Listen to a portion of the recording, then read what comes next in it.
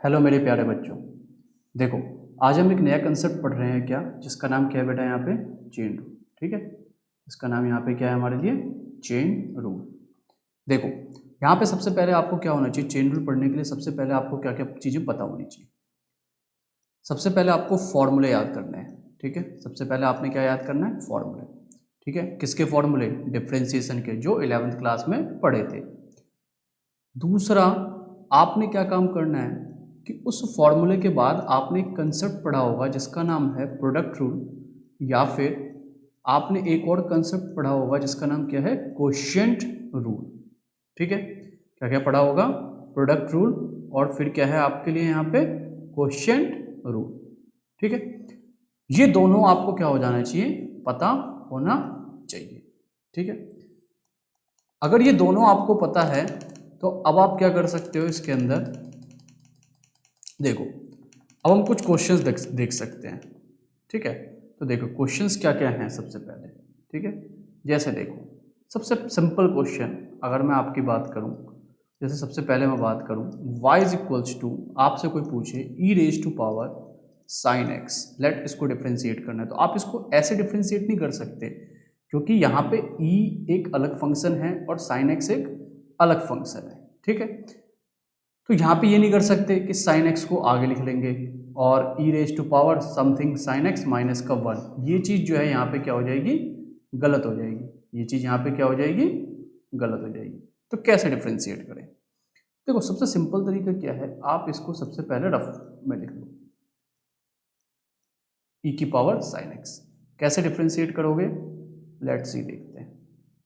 तो देखो सबसे पहले बेटा आप क्या लिखो यहाँ पे, D Y by D X. तो D Y by D x जैसे ही आप लिखोगे यहाँ पे D Y by D X लिख सकते हो। डिफ्रेंशिएशन का एफ डैश एक्स एक तरीका है, वाई वन है, वाई डैश है, डी एक्स है। इन सब तरीकों से आप क्या कर सकते हो, इसे रिप्रेजेंट कर सकते हो। ठीक है, अब देखो y इज इक्वल्स टू ई की पावर साइन एक्स को हम अगर डिफ्रेंशिएट करें तो क्या मतलब है, जैसे फॉर एग्जांपल हम लिख लेते हैं d Y by D x. जैसे ही आप d Y by D x लिखोगे यहाँ पे, तो D Y by D x में ई की पावर एक्स का डिफ्रेंशिएशन क्या होता था, ई की पावर एक्स सेम रहता था, बट यहाँ पे एक्स की जगह क्या रिप्रेजेंट करा जा रहा है, यहाँ पे साइन एक्स। तो हम क्या करेंगे यहाँ पे, ई की पावर एक्स यानी सेम, तो ई की पावर साइन एक्स सेम लिख दो, और e का डिफरेंशिएशन हो चुका है। अब क्या बचेगा यहाँ पे, साइन एक्स। तो साइन एक्स का डिफरेंशिएशन बेटा यहाँ पे कितना हो जाएगा, कॉस एक्स, सिंपल। ठीक है, कॉस एक्स। तो ये हो गया किसका, y इज इक्वल्स टू ई की पावर साइन एक्स का। ठीक है, जैसे मैं अगर बात करूँ आपसे, y इज इक्वल्स टू, कोई भी क्वेश्चंस ले सकते हैं आप लोग। ठीक है, जैसे log sine x, log sine x. तो देखो y is equals to log sine x की अगर हम बात करें यहाँ पे, तो D Y by D x is equals to, मैंने बोला था जैसे आप इसे रीड आउट करते हो ना, वैसे भी आप इसे डिफ्रेंशिएट करते जाओ। जैसे आपने सबसे पहले लॉग पढ़ा, तो लॉग का differentiation 1 upon x, but x की जगह यहाँ पे क्या है, साइन एक्स है, तो हम यहाँ पे क्या लिख सकते हैं, 1 upon sine x into log का डिफ्रेंशिएशन हो चुका है। जैसे ही लॉग का डिफरेंशिएशन हो जाएगा तो हम साइन एक्स का डिफरेंशिएशन करेंगे, और साइन एक्स का डिफरेंशिएशन कितना होगा बताओ, कॉस एक्स। तो कॉस अपॉन साइन यानी ये कितना हो जाएगा, कॉट एक्स, सिंपल। ठीक है, तो जैसे जैसे आप इसे रीड आउट करते जाते हो वैसे वैसे आपने क्या करना है, इसको डिफरेंशिएट करना है। ठीक है, जैसे एक क्वेश्चन और देखते हैं, y is equals to sine 7x। आप कैसे रीड आउट कर रहे हो, साइन फिर 7x, तो सिंपल डिफरेंशिएशन कैसे हो जाएगा, d Y by D x. Sine का डिफरेंशिएशन कितना होगा, कॉस, देखो साइन का डिफरेंशिएशन हो गया, और जो x जो आप रीड आउट करते हो वो सेम छपेगा। ठीक है, सेम छापने का मतलब एज इट इज लिख देना है, कॉस 7x इनटू, अब देखो यहाँ पे क्या बच रहा है हमारे लिए, 7x। 7x का डिफरेंशिएशन कितना होगा, 7, x का 1 होता है, मन करे तो लिखो, नहीं मन करे तो मत लिखो। ठीक है, यानी कि हमारे पास आंसर कितना हो जाएगा, 7 cos 7x। ठीक है, ये हमारे पास है कुछ इंपॉर्टेंट कंसेप्ट। अच्छा देखो यहाँ पे ट्रियो का तो एक बहुत ही सिंपल फॉर्मूला है। ठीक है, अगर आप देखो तो ट्रियो का एक फॉर्मूला है जिसको हम लोग यहाँ पे क्या बोल सकते हैं, ये फॉर्मूला है PBA। P represent power, B represent base, A represent angle. ठीक है, तो तो power base angle. Power base angle क्या मतलब है पावर बेस एंगल का? आप इस सीक्वेंस में डिफ्रेंशिएट करोगे। जैसे देखो आपके पास है y is equals to sine cube 7x, ठीक है। तो y is equals to sine cube 7x जैसे ही लिखा आपने, तो इसको आप एक्चुअल में अगर आप ध्यान से देखें तो साइन 7x की पावर क्या लिखी जा सकती है यहाँ पे 3। तो यहाँ पे 3 रिप्रेजेंट क्या कर रहा है यहाँ पे p, ठीक। 3 क्या रिप्रेजेंट कर रहा है यहाँ पे p। साइन क्या रिप्रेजेंट कर रहा है यहाँ पे b यानी बेस, और यहाँ पे जो 7x है वो क्या रिप्रेजेंट कर रहा है यहाँ पे a यानी PBA। इस सीक्वेंस में डिफ्रेंशिएट करोगे। ट्रिगोनोमेट्री में बहुत ही इंपॉर्टेंट लॉजिक है, इजीली काम कर सकता है, ठीक है। तो देखो अगर मैं इसको डिफ्रेंशिएट करूं तो बहुत आसान है डिफ्रेंशिएट करना। तो सबसे पहले हम किसे डिफ्रेंशिएट करेंगे बताओ? सबसे पहले पावर को, तो 3 जैसे x की पावर n का डिफ्रेंशिएशन क्या होता था n x की पावर n माइनस 1, तो यानी क्या हो जाएगा 3। बाकी चीज सेम छपेगी, sine 7x 3 minus 1 into base यानी साइन का differentiation cos x, but x की जगह 7x है तो कॉस 7x इंटू, अब यहाँ पे ये 7x बच रहा है तो 7x का डिफ्रेंशिएशन कितना हो जाएगा 7 इंटू 1। बाकी आप इसे ईमानदारी से मल्टीप्लाई कर दो, 7 3 सा 21 साइन 7x की पावर 2 और इंटू में कितना आ जाएगा cos 7x। This one is your answer. आप इसको कहीं पे भी यूज कर सकते हो, ठीक है। जैसे देखो और एक क्वेश्चन देखते हैं ताकि और ईमानदारी से क्लियर हो जाए, ठीक है। y इज इक्वल्स टू, हम बात करते हैं tan की पावर 4 3x। सपोज हमारे पास है tan की पावर 4 3x है, तो जल्दी बताओ फटाफट डिफ्रेंशिएशन बताओ। सबसे पहले पावर को डिफ्रेंशिएट करोगे तो बेटा कितना हो जाएगा बताओ 4 tan क्यूब, क्योंकि 4 माइनस 1 3x, ठीक है, इंटू 3x का डिफ्रेंशिएशन कितना हो जाएगा 3 इंटू 1, यानी अगर हम इसे लिखें फिर से तो 4 3 सा 12 tan cube 3x। This one is your answer. समझ में आ गई बात? तो ट्रिगोनोमेट्री में तो बहुत ही सिंपल टॉपिक है अपने पास, क्या कि हम अगर इस फॉर्मूले का यूज करें PBA power base angle, P represent power, B represent base, A represent angle, इस तीनों की हेल्प से बहुत आसानी से चेन रूल के कंसेप्ट को आप इजीली सॉल्व कर सकते हो, ठीक है। ये तो हमारी बात हो गई क्या चेन रूल के बारे में। देखो चेन रूल के और क्वेश्चंस को देखते हैं, क्योंकि क्वेश्चंस जब तक आप प्रैक्टिस नहीं करोगे तब तक सॉल्व नहीं कर सकते। जैसे y is equals to sine x square plus का 5, ये कुछ क्वेश्चंस मैंने लिए हैं एनसीईआरटी के। तो देखो सबसे पहले हम लोग यहाँ पे क्या करेंगे, dy by D x is equals to sine का डिफरेंशिएशन कितना होगा, मैंने अभी सिखाया। देखो पावर है ही नहीं इसकी, पावर क्योंकि पावर जो रिप्रेजेंट होगी वो यहाँ रिप्रेजेंट होती है, तो पावर है ही नहीं इसकी, तो साइन का क्या हो जाएगा कॉस एक्स स्क्वायर प्लस का 5 इंटू साइन का डिफरेंशिएशन खत्म। अब क्या बच रहा है x square plus 5, x square plus 5 का इंटीग्रेशन, सॉरी इंटीग्रेशन कह रहा हूँ, डिफरेंशिएशन कितना होगा यहाँ पे 2x प्लस का 0, ठीक है। यानी अगर हम इसको सॉल्व करें तो 2x cos x square plus का 5, this one is your answer. समझ में आई बात नहीं आई? देखो ये क्वेश्चन बहुत अच्छा है, cos x cube sine square x की पावर 5। अगर आपको PBA का कंसेप्ट समझ में आ जाए तो बहुत आसान है, आप वीडियो को दोबारा रिवाइंड करके देख सकते हो, बहुत ही सिंपल तरीके से समझाया गया है, ठीक है। तो देखो यहाँ पे सबसे पहले मैंने आपको बोला था प्रोडक्ट रूल लगेगा, तो यहाँ पे फर्स्ट फंक्शन और ये क्या हो गया हमारे लिए सेकंड फंक्शन। तो कैसे सॉल्व करेंगे इसे, dy बाई डी एक्स। तो जब कहीं पे दो फंक्शन मल्टीप्लाई हो तो पहले प्रोडक्ट रूल लगाएंगे, ये नहीं कि साइन का cos x cube 3x square कुछ भी कर रहे हैं, ठीक है। तो कैसे लिखेंगे इसे कॉस एक्स क्यूब। अब आपने किसको डिफ्रेंशिएट करना है, D by D x of, अरे प्रोडक्ट रूल पता है ना क्या होता है, प्रोडक्ट रूल में कुछ भी नहीं करना, पहले वाले को एज इट इज लिखना है, दूसरे वाले को डिफ्रेंशिएट करना है। उसके बाद जैसे यहाँ पे दूसरा वाला क्या है हमारे लिए साइन स्क्वायर एक्स की पावर 5, बीच में यहाँ पे क्या आ जाएगा प्लस, ठीक है। फिर अगर मैं बात करूँ यहाँ पे तो साइन स्क्वायर एक्स की पावर 5, मतलब सेकंड वाले को एज इट इज रखेंगे, और फर्स्ट वाले को फिर से सेम छाप देंगे cos x क्यूब। अब जो मैंने आपको कंसेप्ट अभी सिखाया, कौन सा कंसेप्ट सिखाया मैंने अभी आपको, PBA वाला, उसके हेल्प से आप ये क्वेश्चंस को बहुत आसानी से कर सकते हो। ठीक है, तो चलो देखते हैं इसे। देखो cos x क्यूब ये तो सेम छपेगा। अब इसको डिफ्रेंशिएट करते हैं, लेट।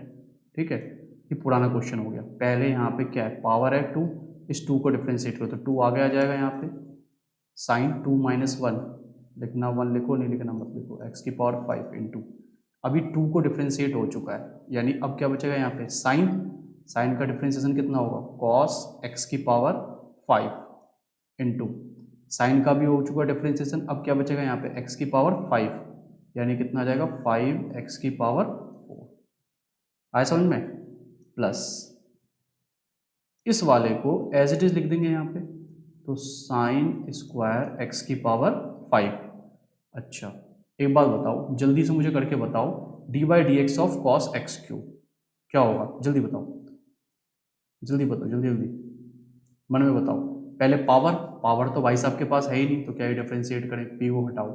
अब पी बी ए, तो पी है ही नहीं यहाँ पे, अब क्या बचेगा, बेस, बी मतलब कॉस का डिफ्रेंशिएशन कितना हो जाएगा, माइनस साइन, कॉस का क्या होता है माइनस साइन एक्स, तो minus sine x cube into, cos का हो चुका है डिफ्रेंशिएशन, इसका हो गया डिफ्रेंशिएशन, अब क्या बचेगा अपने पास, यहाँ पे अगर आप देखो तो एक्स क्यूब, और एक्स क्यूब का डिफ्रेंशिएशन कितना बचेगा, 3x स्क्वायर, मल्टीप्लाई डिवाइड तो हम कर ही लेंगे, समझ में आई बात नहीं है, यानी ये हमारे लिए क्या हो जाएगा, फाइनल सॉल्यूशन।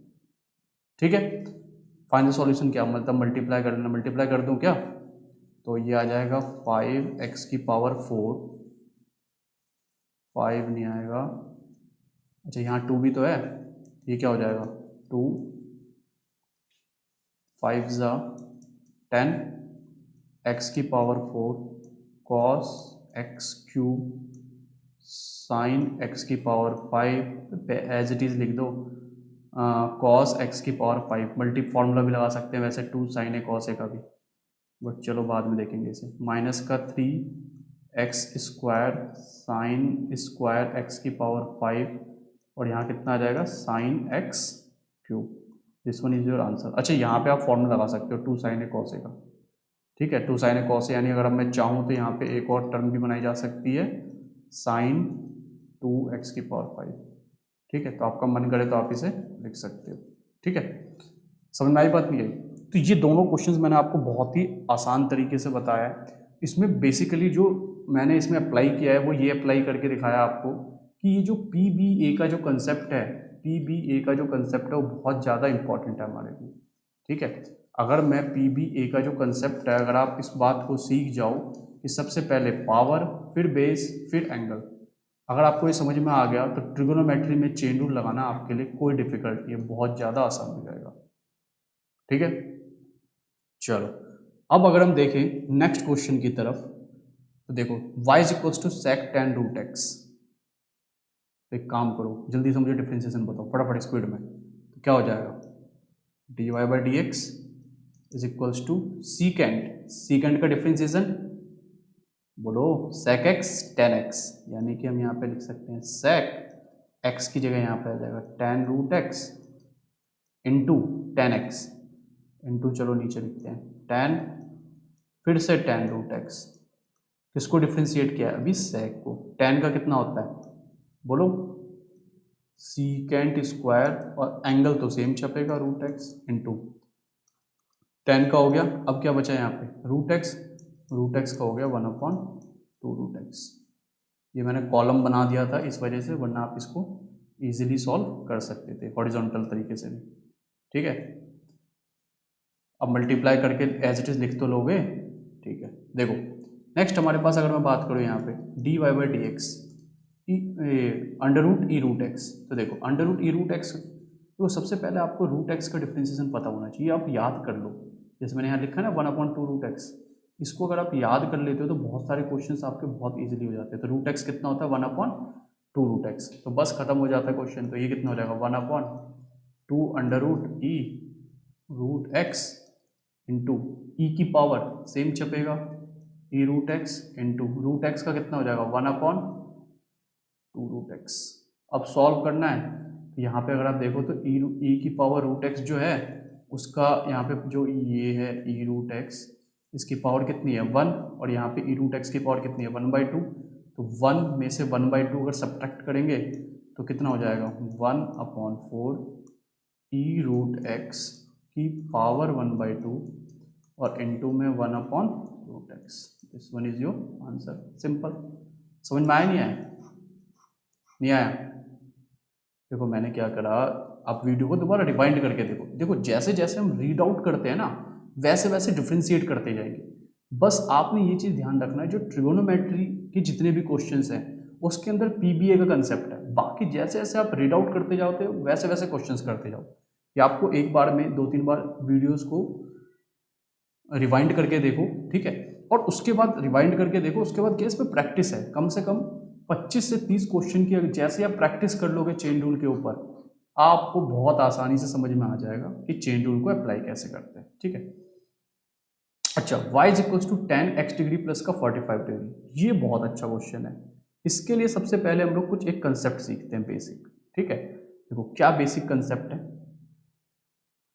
देखो जैसे मैं अगर बात करूं y is equals to sine x degree, आपने जो फॉर्मूला पढ़ा हुआ है कि साइन x का डिफ्रेंसिएशन जो होता है वो cos x होता है।